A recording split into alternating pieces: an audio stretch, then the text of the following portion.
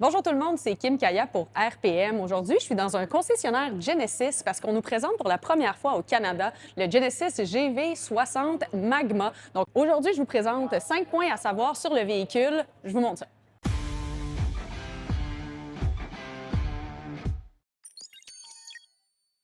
Je vais commencer par vous parler du concept Magma. Donc, c'est la division de performance de Genesis, mais on veut garder le côté luxueux également du véhicule.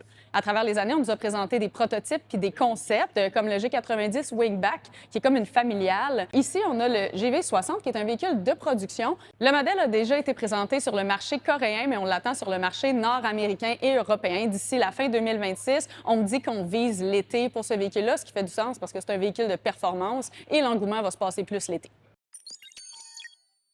Deuxièmement, je vais vous parler des performances. Donc, le GV60, c'est un véhicule 100% électrique 4 roues motrices avec 2 moteurs, un à l'avant et à l'arrière. La version Magma va développer 448 kW de performance, 740 Nm de couple en chiffre régulier. On dit 609 chevaux et 546 livres-pieds de puissance. On va avoir un mode surpuissance boost qui dure 15 secondes, qui va passer le véhicule à 650 chevaux et 583 livres-pieds de couple pour donner une vitesse de pointe de 264 km/h. Avec ce véhicule, on peut parcourir le 0-200 km en seulement 10,9 secondes grâce au mode départ canon. Comme tous les véhicules de performance, on va avoir également des modes de conduite. Donc, on va avoir le mode GT, le mode Sprint et le mode MI, qui est le mode personnalisé où on peut ajuster les paramètres en fonction de ce qu'on désire avoir. On va aussi avoir le mode de changement de vitesse simulé, donc avec les palettes derrière le volant. Ça vient également avec un générateur de son. Et si ça ressemble à ce qu'il y a dans le Ioniq 5N, bien, je peux vous dire qu'en dedans de 2 km, j'ai arrêté sur le bord du chemin et j'ai désactivé le système. Heureusement, il se désactive également dans ce véhicule-là et on peut aussi choisir de le mettre seulement dans l'habitacle ou à l'extérieur de l'habitacle. Ça donne un peu plus de flexibilité, mais personnellement, c'est pas quelque chose que j'apprécie. On a également optimisé la performance des freins avec des étriers monoblocs à l'avant. On a des plus gros disques à l'arrière et la suspension prédictive à contrôle électronique a été optimisée un peu. Justement, je veux vous parler de la suspension à contrôle électronique. C'est un système qu'on voit dans d'autres modèles Genesis, mais aussi chez d'autres manufacturiers. En fait, cette suspension-là, on va utiliser les caméras et les systèmes de radar pour aller détecter en temps réel l'état de la route. Et le but, c'est de prédire les imperfections pour pouvoir les corriger avant qu'ils arrivent, plutôt que de réagir comme une suspension traditionnelle.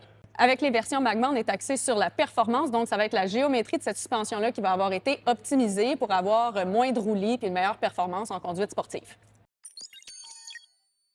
Maintenant, on va parler côté design. Donc, l'ensemble Magma donne beaucoup de détails et beaucoup d'aérodynamisme au véhicule. Premièrement, c'est un véhicule qui va être plus bas que la version du GV60 régulier et également plus large. À l'avant, on va avoir un pare-choc qui a été redessiné avec 3 prises d'air qui sont distinctives au Magma. Sur le côté, on va avoir des jupes spécifiques à l'édition, des jantes de 21 pouces forgées avec des pneus qui sont plus larges et à profil très bas. À travers tout le véhicule, on va avoir des détails qui sont noirs, lustrés, pour ajouter au côté sportif. Puis à l'arrière, un nouveau pare-choc qui a été redessiné, un diffuseur en bas qui est vraiment axé sur l'aérodynamisme, mais surtout un aileron fonctionnel qui va vraiment ajouter de la force d'appui au véhicule. À l'intérieur du véhicule, on va avoir une interface qui est spécifique au Magma. On va avoir dans le tableau de bord des informations qui sont vraiment axées sur la performance, comme la force G. Dans la projection tête haute, on va avoir, quand on utilise le mode Boost, qui dure 15 secondes, le temps restant du mode Boost.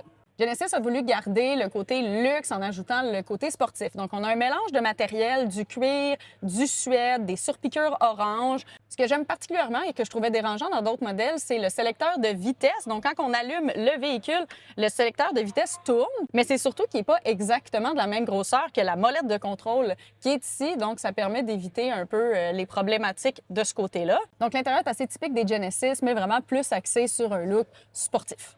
Et voilà, c'était 5 choses à savoir sur le Genesis GV60 Magma 2026. Évidemment, on n'a pas pu le conduire aujourd'hui, c'était juste un premier contact, mais restez à l'affût sur RPM Web lorsqu'on aura un véhicule de disponible pour un essai plus long.